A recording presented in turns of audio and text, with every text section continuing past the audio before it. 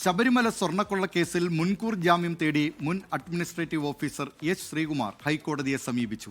ക്ഷേത്രത്തിലെ അമൂല്യ വസ്തുക്കളുടെ ചുമതല തനിക്കുണ്ടായിരുന്നില്ലെന്നും മേലുദ്യോഗസ്ഥനായ എക്സിക്യൂട്ടീവ് ഓഫീസറുടെ നിർദ്ദേശപ്രകാരമാണ് മഹസറിൽ ഒപ്പിട്ടതെന്നും ശ്രീകുമാർ ഹർജിയിൽ ചൂണ്ടിക്കാട്ടി. വിവരങ്ങളുമായി കൊച്ചിയിൽ നിന്ന് വിഷ്ണു സുരേഷ് ചേരുന്നു. വിഷ്ണു, എന്തൊക്കെയാണ് ഈ വാർത്തയുടെ കൂടുതൽ വിശദാംശങ്ങൾ?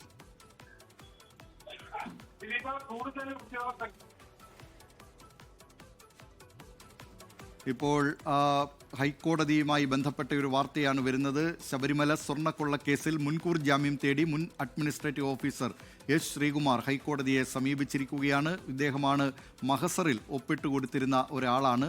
അത് ക്ഷേത്രത്തിലെ അമൂല്യ വസ്തുക്കളുടെ ചുമതല തനിക്കുണ്ടായിരുന്നില്ല. മേലുദ്യോഗസ്ഥനായ എക്സിക്യൂട്ടീവ് ഓഫീസറുടെ നിർദ്ദേശപ്രകാരമാണ് ഈ മഹസറിൽ ഒപ്പിട്ടത് എന്നാണ് ശ്രീകുമാർ ഹർജിയിൽ പറയുന്നത്. വിഷ്ണു സുരേഷ് ഇപ്പോൾ ലൈനിലുണ്ട്. വിഷ്ണു, ഈ വാർത്തയുടെ വിശദാംശങ്ങൾ എന്തൊക്കെയാണ്?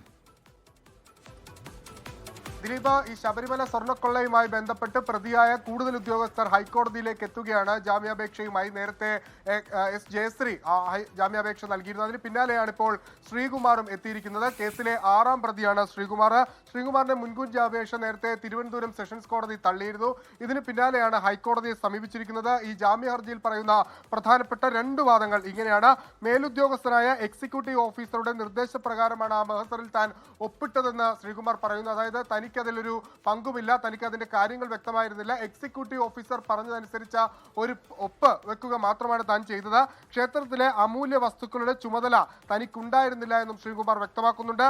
സ്വർണം പൂശാനുള്ള തീരുമാനം താൻ സ്ഥാനം ഏറ്റെടുക്കുന്നതിന് മുൻപ് തന്നെ തീരുമാനിച്ചിരുന്നു. അതായത് ഈ കേസിൽ തന്നെ പ്രതി ചേർത്തിരിക്കുന്നത് അടിസ്ഥാനരഹിതമായാണ്. തനിക്ക് ഇതുമായി ഒരു ബന്ധവുമില്ല. ഈ മഹസറിൽ ഒപ്പുവെച്ചു എന്ന ആ പ്രശ്നം മാത്രമാണ് തനിക്കുള്ളത്. അതാകട്ടെ അത് എക്സിക്യൂട്ടീവ് ഉദ്യോഗസ്ഥൻ പറഞ്ഞ അനുസരിച്ചുള്ള ഒരു നടപടി, എക്സിക്യൂട്ടീവ് ഓഫീസർ പറഞ്ഞനുസരിച്ചുള്ള നടപടി മാത്രം ചെയ്തു എന്നാണ് ശ്രീകുമാർ വ്യക്തമാക്കിയിട്ടുള്ളത്. അടുത്ത ദിവസം തന്നെ ശ്രീകുമാറിന്റെ ജാമ്യാപേക്ഷ പരിഗണിക്കും. ഒപ്പം നാളെ എസ് ജയശ്രീയുടെ ജാമ്യാപേക്ഷയും ഹൈക്കോടതി പരിഗണിക്കുന്നുണ്ട്. ദിലീപ്, വിവരങ്ങൾ നൽകിയത് കൊച്ചിയിൽ നിന്ന് വിഷ്ണു സുരേഷ്.